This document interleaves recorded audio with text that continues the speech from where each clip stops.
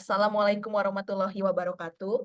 Shalom, Om Swastiastu, Namo Buddhaya, salam kebajikan bagi kita semua. Selamat malam, dimanapun Bapak dosen berada dan teman-teman semua. Pada kesempatan kali ini, kami dari kelompok 6 hendak mempresentasikan presentasi kami yang berjudul Kehidupan Masyarakat Indonesia Berlandaskan Pancasila dan Undang-Undang Dasar 1945.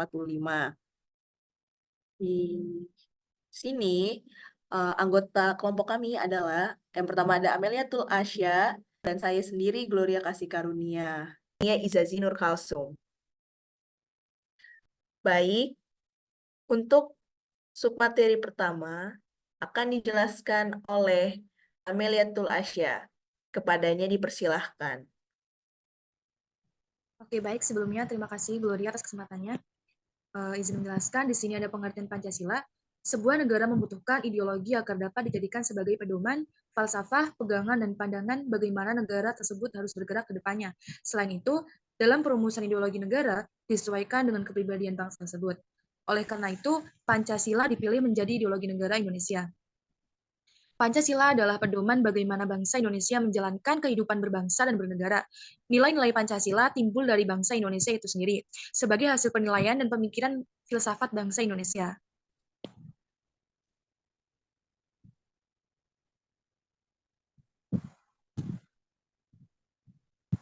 Kemudian di sini juga ada pengertian Undang-Undang Dasar tahun 1945.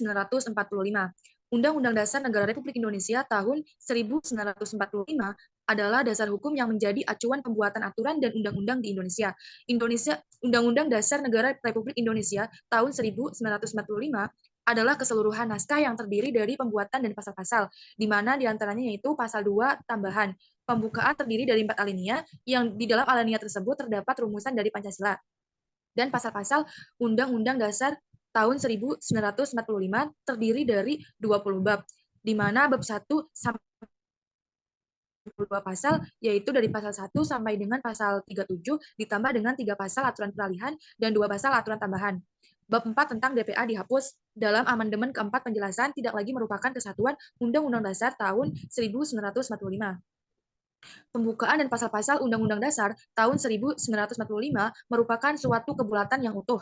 Dengan kata lain, merupakan bagian-bagian yang satu sama lainnya tidak dapat dipisahkan. Dalam hukum, Undang-Undang Dasar Negara Republik Indonesia tahun 1945 memiliki sifat mengikat dan memaksa karena merupakan undang-undang yang tertulis.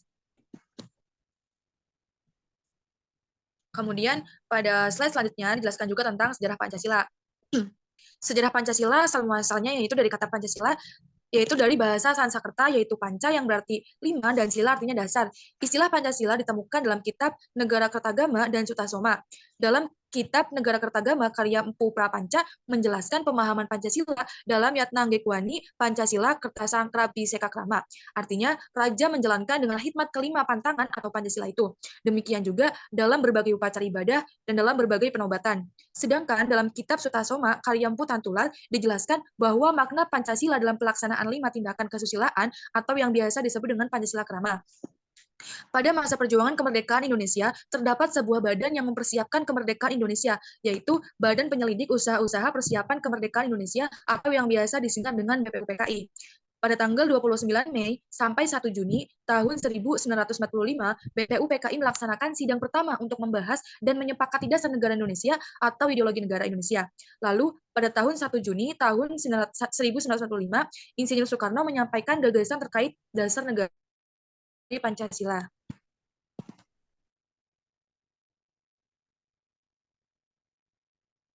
Baik, terima kasih atas penyampaian materi di slide sebelumnya oleh Asya. Untuk materi ini akan saya sampaikan tentang sejarah Undang-Undang Dasar Negara Republik Indonesia tahun 1945. Setelah sidang pertama tadi, BPUPKI melanjutkan pembahasan mengenai perumusan ideologi negara dan juga membahas terkait Undang-Undang Dasar, yaitu pada sidang kedua. Namun, pada sidang kedua ini tidak semua anggota masuk. Dibuat lagi anggota kecil yang berisikan 9 orang atau yang bisa dikenal dengan panitia 9. Sidang ini sendiri dilaksanakan mulai dari 10 Juli sampai 17 Juli tahun 1945. Hasil dari sidang ini adalah pembukaan Undang-Undang Dasar 1945 yang saat itu namanya masih Piagam Jakarta, yang pada alinea keempatnya terdapat rumusan dasar negara yaitu Pancasila. Lalu, baik Pancasila dan pembukaan Undang-Undang Dasar 1945 ini disahkan oleh PPKI pada 18 Agustus 1945.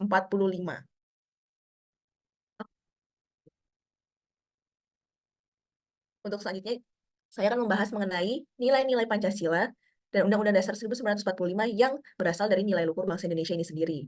Eh, Nilai-nilai luhur adalah nilai yang secara temurun dilakukan oleh bangsa Indonesia. Nah, nilai-nilai luhur ini tercermin pada salah satu pada sila pertama Pancasila, yaitu ketuhanan Maha Esa. Perlu diketahui, masyarakat Indonesia adalah masyarakat yang beragama, taat dengan ajaran agamanya masing-masing. Lalu, nilai-nilai luhur ini juga tercermin pada sila kedua, yaitu masyarakat Indonesia mempunyai sifat gotong royong, sifat tenggang rasa, saling menghormati dan menghargai sesama.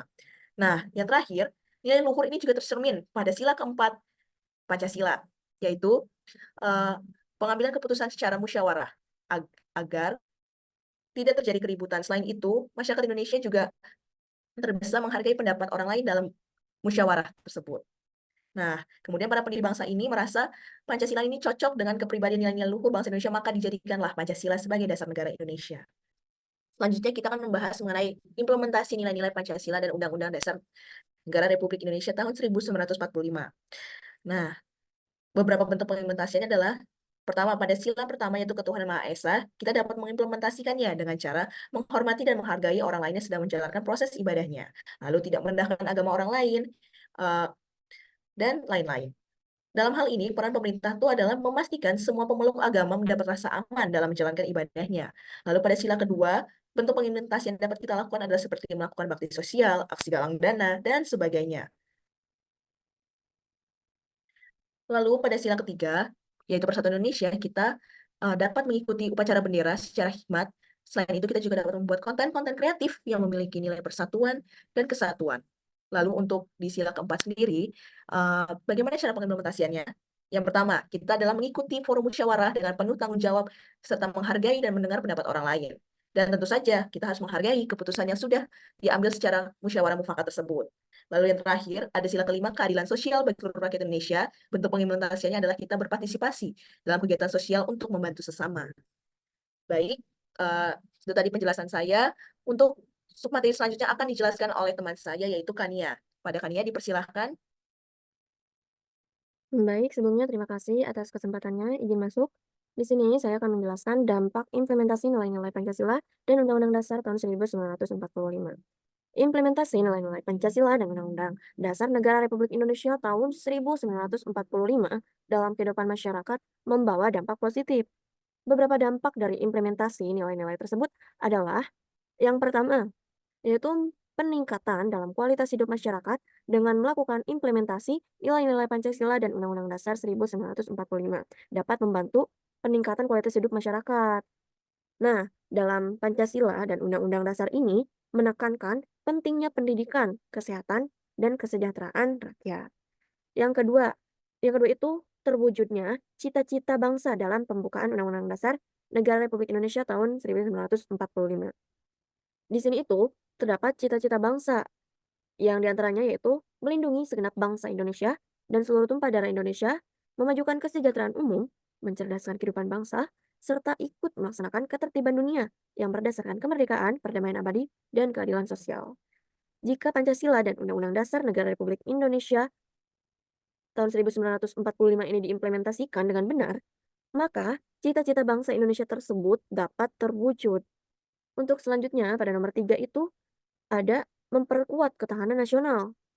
Pancasila dan Undang-Undang Dasar tahun 1945 merupakan dasar negara Indonesia. Implementasi nilai-nilai Pancasila dan Undang-Undang Dasar tahun 1945 dapat membantu ketahanan nasional dan juga rasa persatuan dan kesatuan. Mungkin dari saya dicukupkan untuk dampak implementasi nilai-nilai Pancasila dan Undang-Undang Dasar 1945. Selanjutnya saya kembalikan kepada moderator. Baik, terima kasih atas penyampaian materi yang telah dilakukan oleh kedua rekan saya di sini, yaitu Kania Izazi Nur Kalsum dan Ameliatul Asya. Terima kasih atas perhatiannya. Wah, kami tahu dalam penyampaian ini banyak sekali kekurangan, tetapi kritik saran yang membantu sangat kami harapkan. Terima kasih atas perhatiannya sekali lagi. Mohon maaf. Selamat beristirahat.